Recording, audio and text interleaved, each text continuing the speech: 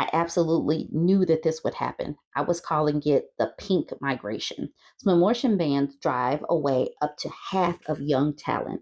New CNBC Generation Lab Youth Survey finds. The key points to this video: almost two-thirds of younger workers would probably not or definitely not live in a state that bans smbortion.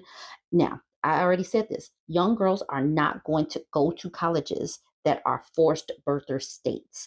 Women who graduate college are not going to relocate to these states with forced birthers. They're not. This is going to make companies rethink going to these forced birther states. This these Christo fascists will change the economy and the demography of this country.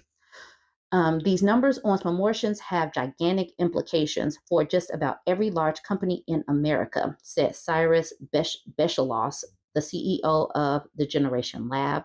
In the past 2 years, more than 20 states have either banned or restricted access to the procedure.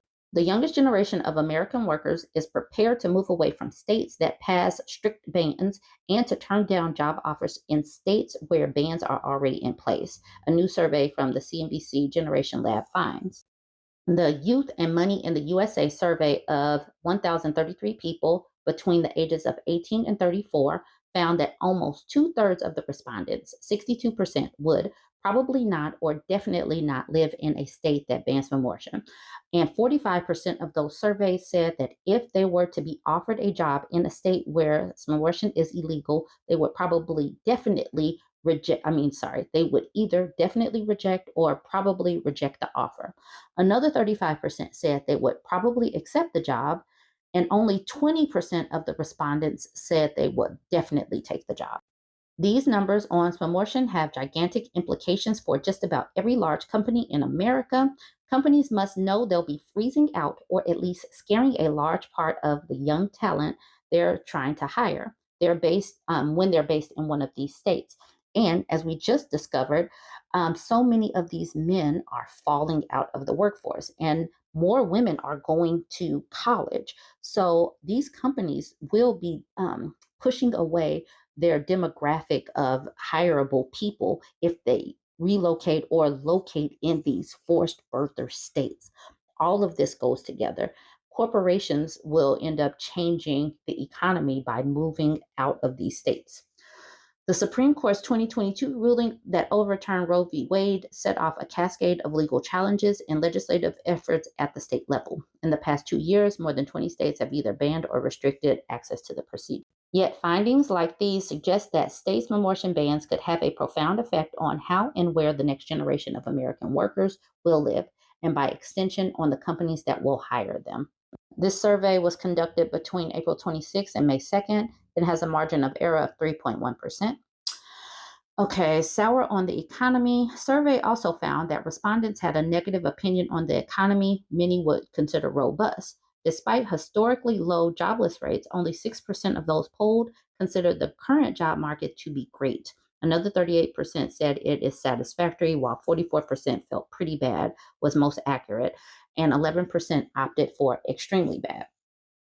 Keep in mind that these are the young people that will end up having babies if they choose to, settling into housing, need to buy things for that housing. So if they are sour on the economy, that's really going to impact their choices that they make. And this is really important for people to know and understand. The latest employment report released by the U.S. government last Friday showed job growth slowed more in April than economists had been expecting, but the overall unemployment rate is under 4% for the 27th straight month, indicating the overall job market is still strong. The same report showed annual wage growth at 3.9% for 12 months. And who cares about about wage growth if it's not keeping up with inflation or greedflation that we're currently experiencing. And the youth, the young adults of right now understand that these numbers and the way people talk about these numbers is to try to boost morale, but the numbers, the wages are not keeping up with the cost. That's the reason why people are sour on the economy. Anyways, this is very, very important and intriguing to me. I want to hear what y'all have to say about this. Jump in the comments. Let me know what you think. Don't forget to like, comment, and share. All right, y'all. So you guys know women are pushed into marriage. Marriage is the end all be all. Without a husband and children, your life is incomplete. And she's going to die alone with cats and, whatever. The cats are going to eat her. All right, bet. What about when your husband is the one that brings about your death? This man, elderly man, arrested after allegedly choking wife to death in hospital bed. And around 11:30 p.m. on Friday, an off-duty police officer at the hospital in Independence, Missouri, was called to the ICU to an alleged assault. Per the outlet, the officer found a woman unresponsive without a pulse. Per the station, citing court documents, medical staff told authorities that they overheard Ronnie Wiggs, the woman's husband, saying, "I did it. I unalived her. I choked her." Wiggs was placed under arrest and taken to the Independence Police Department, according to WDAF, which reported that Wiggs' wife was not pronounced dead at the time of his arrest, but was taken off life support due to no reported brain function shortly after. Per the station, during an interview with police, Wiggs allegedly admitted to strangling his wife before leaving. The suspect told authorities that he later asked a relative to pick him up and take him back to the hospital. Upon returning to the hospital, the relative and staff told police that Wiggs had admitted to choking and unaliving his wife. The station, citing court documents, reported that another individual reported finding suspicious injuries as well as fresh wounds on the victim's neck. Wiggs also allegedly admitted that he had attempted to unalive his wife on two separate hospital and rehabilitation visits. Wiggs allegedly told authorities that he unalived his wife due to depression, going on to say that he couldn't take care of her or pay for her medical bills, according to the outlet. Wiggs' wife had been in the hospital to get a Newport for dialysis. He's been held on a $250,000 bond. So, this is what happens when you marry the ops. And so many people are pressed about making sure that women can't get out of relationships, can't get out of marriage. That's the reason why they're going so hard against no fault divorce. And they're doing this in many of these red states. Now, this man was clearly very, very old. So he went this long without taking his wife out.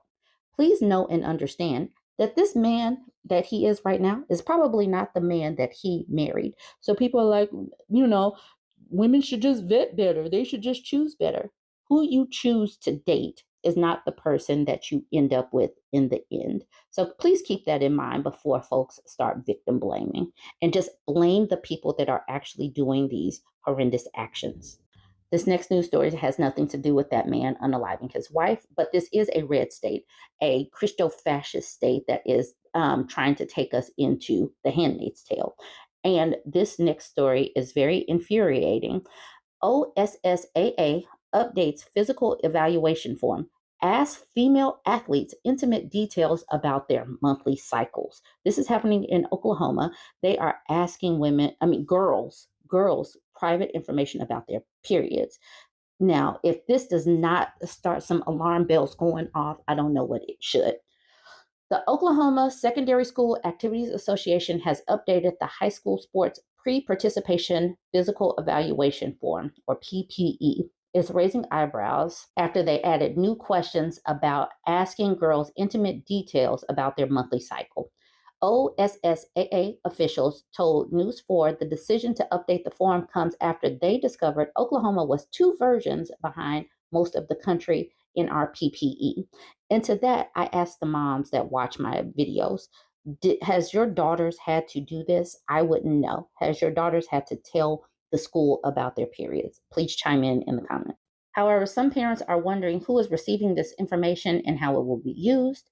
We really need information from these forms for very practical, good purposes. The problem is this obsession with genitalia from people has created a climate of fear about sharing information because parents and guardians have to be worried about their child's right to bodily autonomy and privacy and personal privacy, said Reverend Lori Walk, minister at Mayflower Congregational United Church of Christ in Oklahoma City.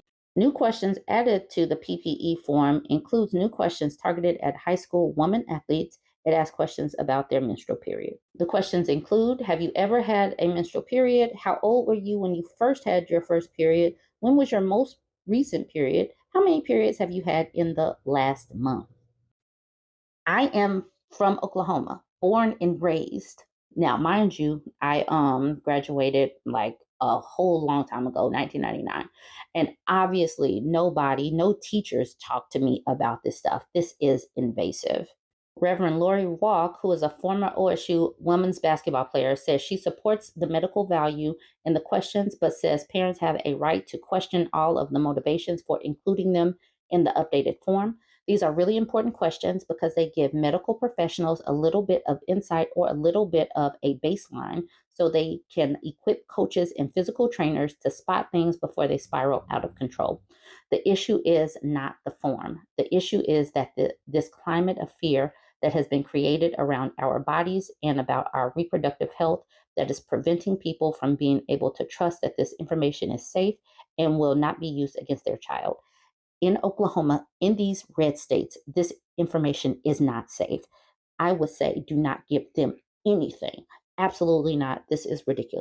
Reverend Walk says she knows of some Oklahoma high school parents who have concerns. I would say, I agree. I'm sure they do. The parents are asking me 5 minutes before this. I got a text about these forms. As I mentioned, there are practical reasons, but I also say that they have the right to be concerned about some of them. An OSA official sent us this statement saying the OSAA does not use the information in any way that is intended for the school's medical professional. Only our intention is to only provide a tool to help understand any underlying issue and to minimize risk. I'm going to skip now to the end where the OSA gives an official statement. Okay, so here's the full statement. The American Association of Pediatrics works with the NFHS Sports Medicine Advisory Committee to create a standard history for our students participating in activities across the country. With the ongoing mental health crisis in schools, the AAP felt it necessary to ask some questions regarding mental health to try to alert medical professionals that intervention may be needed, or at least create an awareness that a child may be suffering silently. It offers a discreet way to communicate if a student is feeling a particular way. On the old form, it just asks the general questions: are you feeling stressed out? That was determined to be a bit too vague. As for tobacco use, it is a general question about asked by physicians during an exam and can aid in determining symptoms of other issues. As for the female only section, those questions are imperative to the female triad.